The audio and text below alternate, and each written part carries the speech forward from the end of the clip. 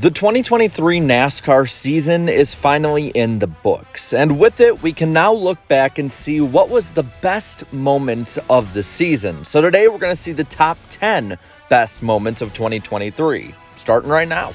At number 10, we have the Pocono finish between Denny Hamlin and Kyle Larson. This was one of the best Pocono races in years for many, and the crowd, TV audience, everything backed this up. The intensity was high all day, and it was ending out with Denny Hamlin and Kyle Larson having a battle like they had earlier in the season.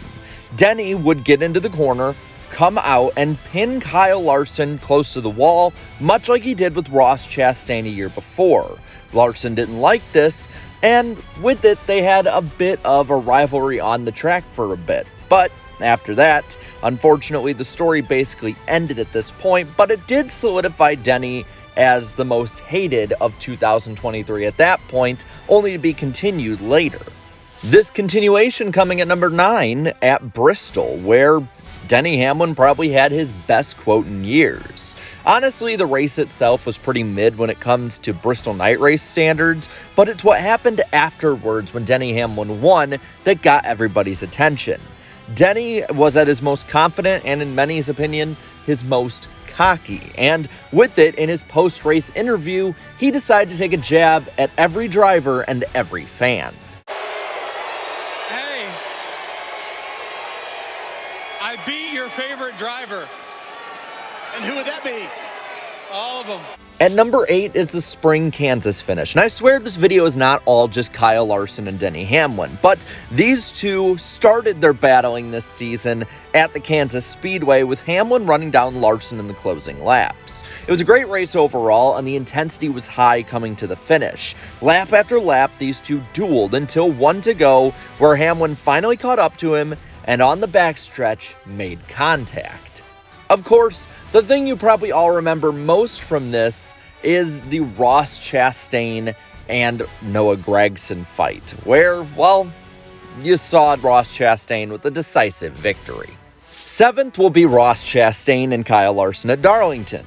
These two guys fought for 2 restarts for the lead. The first one, they made contact, but not many remember it because of the crash with Martin Truex Jr. and much of the field behind them. But the second one is where they finally were explosive with it. This was the peak of Ross Chastain's Chastainisms in 2022, where he wrecked himself off the front bumper of the 5. Ultimately, Kyle Larson would kind of walk away from the press and not say too much, but it was Rick Hendrick who came after the Trackhouse driver and the media with some pretty dagger comments towards the driver of the one car.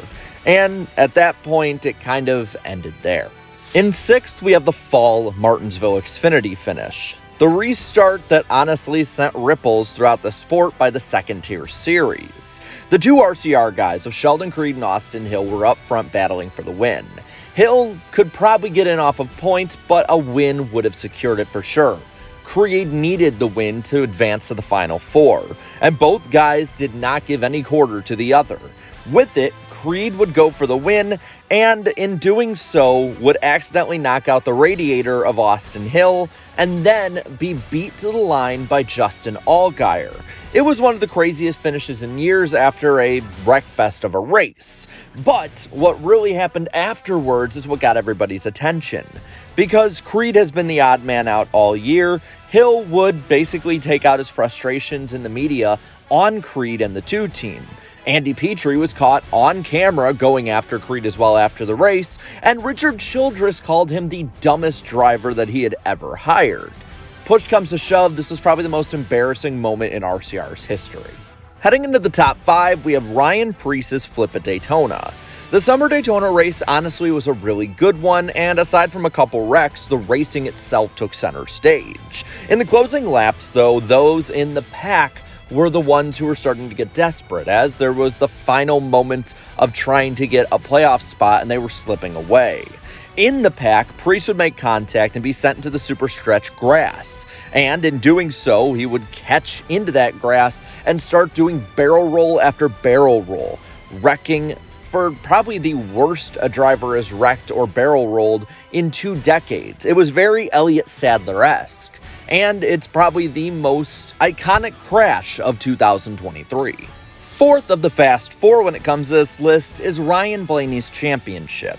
The championship that ended the season, the championship that made all of it basically come to a crescendo. Ryan Blaney was not the best driver all season. Ryan Blaney was pretty much invisible for much of the season, but he and the 12 team got hot when it mattered, and he battled harder than anyone had ever seen Ryan Blaney battle before. First, he had to fight Ross Chastain and Martin Truex Jr. Then, after the caution came out and his crew got him behind a little bit, he had to battle past William Byron and then take on Kyle Larson, possibly the best driver in the world, head-to-head, and he beat him, winning the championship for the first time and the second in a row for the captain. In doing so, Ryan Blaney has now solidified a legacy in NASCAR that can never be taken away. Taking the bronze is NASCAR's Garage 56 entry at Le Mans. NASCAR quite literally took the racing world by storm with this, and it sounded like a storm to many of the European fans who had never witnessed a NASCAR stock car in person before. It was by far the loudest there, and definitely had that stereotype of being the loud, obnoxious American. And in doing so, they crushed just about every expectation and goal that both people on the outside and NASCAR themselves had. And it went viral past not just the motorsports community, but in general as well, and represented America in a way that many who don't even watch NASCAR could be proud of. This, in every aspect, was a huge success.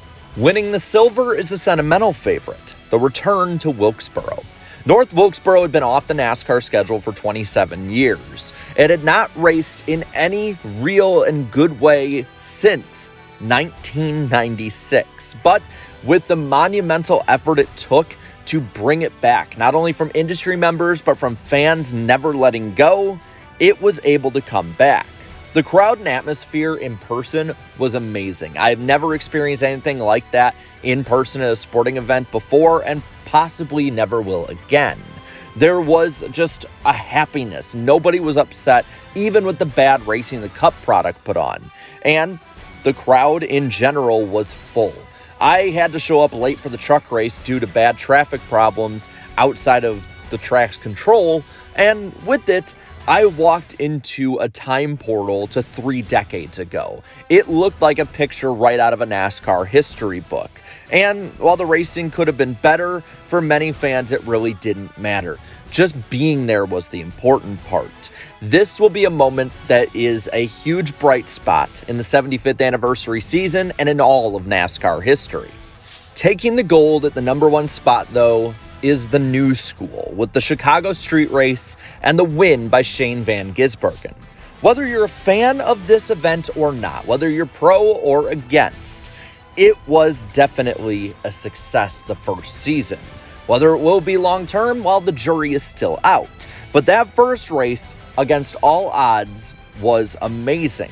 When it came to the rain racing and shortening of it, it actually upped the intensity of the race, and it made it even better for the unlikely underdog, SVG, Shane Van Gisbergen, who had come over for his first start ever from Australia, stayed in contention all day against some of the best like Chase Elliott, Kyle Busch, and others, and then emerged as the favorite at the end.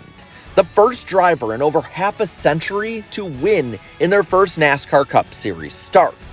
And it brought on not only a great story, but the largest audience for NBC's NASCAR coverage since 2017, with just under 5 million viewers.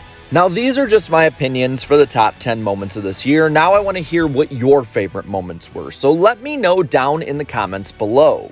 While you're at it, leave a like on this video, share this video, and subscribe to this channel for more great NASCAR content. Thank you so much to all my channel members for your continued support, and until next time, have a good one.